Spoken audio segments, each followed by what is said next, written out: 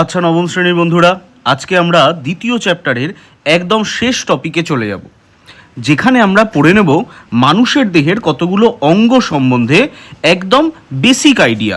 তো আমাদের চ্যাপ্টারের মধ্যে কোন কোন অঙ্গ সম্বন্ধে একটু হালকা পরিচিতি লাভ করতে হবে, তারা হলো মস্তিষ্ক, ফুসফুস, হৃৎপিণ্ড, পাকস্থলী, যকৃৎ, অগ্নাশয়, প্লীহা, বৃক্ক, ত্বক, সুষুম্নাকাণ্ড, শুক্রাশয় এবং ডিম্বাশয়। ওকে, এরা হচ্ছে আমাদের বডির ভেতরকার ভীষণ ইম্পর্টেন্ট কতগুলো অঙ্গ। তাহলে এরা কারা, এদের কি কাজ, সেই নিয়ে আমাদের গোটা লাইফ সায়েন্সে তোমরা যত বছর পড়াশোনা করবে এই বিজ্ঞান নিয়ে আস্তে আস্তে গভীরে আরও ডিটেইলে জানতে পারবে।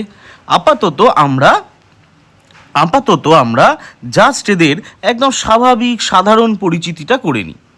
দেখো, সবার প্রথমে চলে আসি মস্তিষ্ক আর সুষুম্নাকাণ্ড, মানে ব্রেন আর স্পাইনাল কর্ডের কথায়।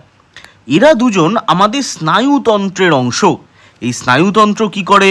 এই স্নায়ুতন্ত্র আমাদের চিন্তা ভাবনা নিয়ন্ত্রণ করে। ওকে, এই স্নায়ুতন্ত্র আমাদের চিন্তা ভাবনা, আমাদের দেহের নানা অঙ্গের সাথে অন্য অঙ্গের সমন্বয় নিয়ন্ত্রণ করে। আর কি নিয়ন্ত্রণ করে? আর নিয়ন্ত্রণ করে আমাদের সাড়া প্রদান, অর্থাৎ কিনা বাইরে থেকে চাপ, তাপ, আলো, দৃশ্য, শব্দ, আনন্দ, দুঃখ, আবেগ, নানা রকম ইমোশন আসছে আমাদের দেহের ভেতরে। আমাদের ব্রেন থেকে মেরুদণ্ডের মধ্যে দিয়ে সোজা নেমে আসা স্পাইনাল কর্ড, এরা দুজন, এইটা হচ্ছে স্পাইনাল কর্ড আর এইটা হচ্ছে মস্তিষ্কের একদম বাজে করে আঁকা ছবি। ওকে, এরা দুজন কি করে? এরা দুজন আমাদের চিন্তাভাবনা, সমন্বয়, সাড়া প্রদান ইত্যাদি নিয়ন্ত্রণ করে। অর্থাৎ কিনা আমাদের আবেগ, আমাদের বাইরের অনুভূতি নিয়ে সেই অনুসারে চিন্তাভাবনা করা, সব কিছু নিয়ন্ত্রণ করছে। নেক্সট আমরা চলে আসবো শ্বসনতন্ত্রের গল্পে। শ্বসনতন্ত্রের একটা ভীষণ ইম্পর্টেন্ট অঙ্গ হচ্ছে ফুসফুস। ওকে, ফুসফুস কি করে? সে হচ্ছে বাতাস থেকে অক্সিজেন দেহের ভেতরে গ্রহণ করে, আবার দেহের মধ্যে তৈরি হওয়া কার্বন ডাই অক্সাইড বাতাসে বার করে দেয়। এবার এই অক্সিজেন আর কার্বন ডাই অক্সাইড কেন তৈরি হয়, কে বহন করে? এবার এই অক্সিজেন আর কার্বন ডাই অক্সাইড কেন লাগে, কে বহন করে, সেটা আমরা দেখে নেব। সোজা কথায় ফুসফুস অক্সিজেন নিয়ে সেই অক্সিজেন পাঠিয়ে দেয় কার কাছে জানো? পাঠিয়ে দেয় রক্তের কাছে। ওকে, সেই রক্ত অক্সিজেন নিয়ে চলে যায় দেহের সব কটা কোষের কাছে। কোষেরা সেই অক্সিজেন আর তার সাথে খাদ্য, এই দুটো মিলে তৈরি করে শক্তি। এই শক্তি মানে দেহের ভেতরে আমরা জানি, দেহের ভেতরে শক্তি মানে দেহের খুচরো পয়সা এটিপি।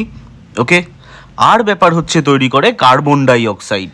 সেই কার্বন ডাই অক্সাইড আবার রক্ত দিয়ে ফুসফুস হয়ে বাইরে বেরিয়ে চলে যায়। আর রক্তকে গোটা বডিতে সরবরাহ করে কে? করে হৃৎপিণ্ড। ওকে, আর রক্তের নানা উপাদান হয় জানো তো? রক্তের উপাদান হয় রেড ব্লাড কর্পাসেল বা লোহিত রক্তকণিকা, ডাব্লিউবিসি বা শ্বেত রক্তকণিকা এবং অনুচক্রিকা। এরা হচ্ছে রক্তের প্রধান কতগুলো কণিকা। আরও নানা পদার্থ আছে, আমরা এই ক্লাস 9-এই পড়ব। তাহলে গল্প হচ্ছে রক্তের এইসব উপাদান, বিশেষ করে লোহিত রক্তকণিকা, তৈরি হয় কিন্তু দুটো অংশে, প্লীহা এবং যকৃতে। ওকে, তাহলে সংবহনতন্ত্রের জন্য প্রধান ইম্পর্টেন্ট অঙ্গ হলো হৃৎপিণ্ড, যে রক্তকে দেহের গোটা জায়গায় ছড়িয়ে দেয়, সরবরাহ করে। আর রক্তের উপাদান আরবিসি তৈরি করে, মেরামত করে প্লীহা এবং যকৃৎ। এবার চলে আসি পরিপাকতন্ত্রের অঙ্গের কথায়। দেখো, আমরা যে খাদ্যটা কোষের মধ্যে সাপ্লাই করেছিলাম, এই খাদ্য তো আকারে খুব ছোট, তাই না? কোষের ভেতরে একটা জিনিস ঢুকছে, তার মানে তার আকৃতি একদম মাইক্রোস্কোপিক। ওদিকে আমরা যে খাবার দাবার খাই, সেই খাবারের আকৃতি অনেক বড়। একটা ভাতের দানার থেকে একটা কোষ অনেক ছোট হয়। তাহলে ভাতের দানাটাকে কেটে টুকরো টুকরো টুকরো টুকরো করতে হবে। এই টুকরো টুকরো করার কাজ করে পাকস্থলী, অগ্নাশয়। আর এই টুকরো টুকরো করতে যে কাঁচিটা লাগে, সেই কাঁচিটার নাম হচ্ছে উৎসেচক। তাছাড়াও লাগবে বাইল জুস বা পিত্ত, তাছাড়াও লাগবে HCl। এই উৎসেচকরা উৎপাদিত কোথায় হয়? উৎপাদিত হয় যকৃতে। তারপর চলে আসবো, এবার দেখো আমাদের তাহলে কোষের ভেতর খাবার থেকে শক্তি উৎপন্ন হবে, তাছাড়া কার্বন ডাই অক্সাইড উৎপন্ন হবে, আর উৎপন্ন হবে ছাই।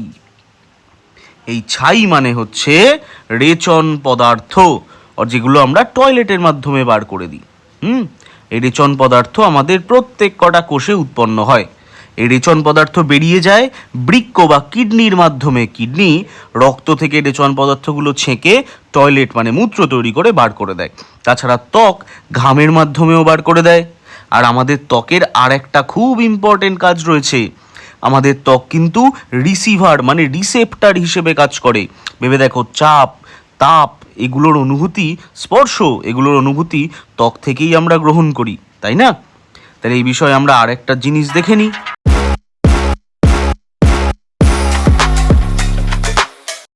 এইখানে তোমরা দেখতে পাচ্ছ একটা স্ট্রাকচার, এইখানে তোমরা একটা হিউম্যান বডি দেখতে পাচ্ছ। ভালো করে দেখো, একদম উপরে যে জায়গাটা রয়েছে দ্যাট ইজ মস্তিষ্ক। দেখো সুষুম্নাকাণ্ড, একটা লম্বা মস্তিষ্কের নিচ থেকে সাদা যে দাড়িটা চলে গেছে।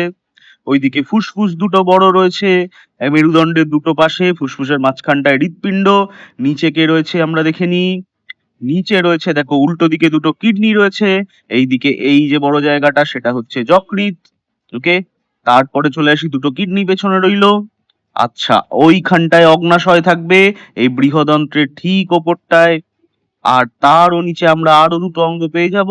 পুরুষ হলে তার থাকবে শুক্রাশয়, যার থেকে শুক্রাণু উৎপাদিত হবে। মহিলা হলে তার থাকবে ডিম্বাশয়, যার থেকে ডিম্বাণু উৎপাদিত হবে। এই শুক্রাশয় আর ডিম্বাশয় তারা নতুন মানুষ তৈরি করার জন্য প্রয়োজনীয় কোষের সাপ্লাই দেবে। ওকে, কোষের অঙ্গগুলো সম্বন্ধে আইডিয়াটা ক্লিয়ার করে ফেলতে পারলাম আশা করি। ওকে, তাহলে এইভাবে মানুষের দেহে নানা অঙ্গ সিলোমের মধ্যে সজ্জিত থাকে। হ্যাঁ, তারপর পরবর্তী ক্লাসে এবং এই ক্লাসেও আমরা তাদের সম্বন্ধে ডিটেলে পড়বো। ওকে, টাটা।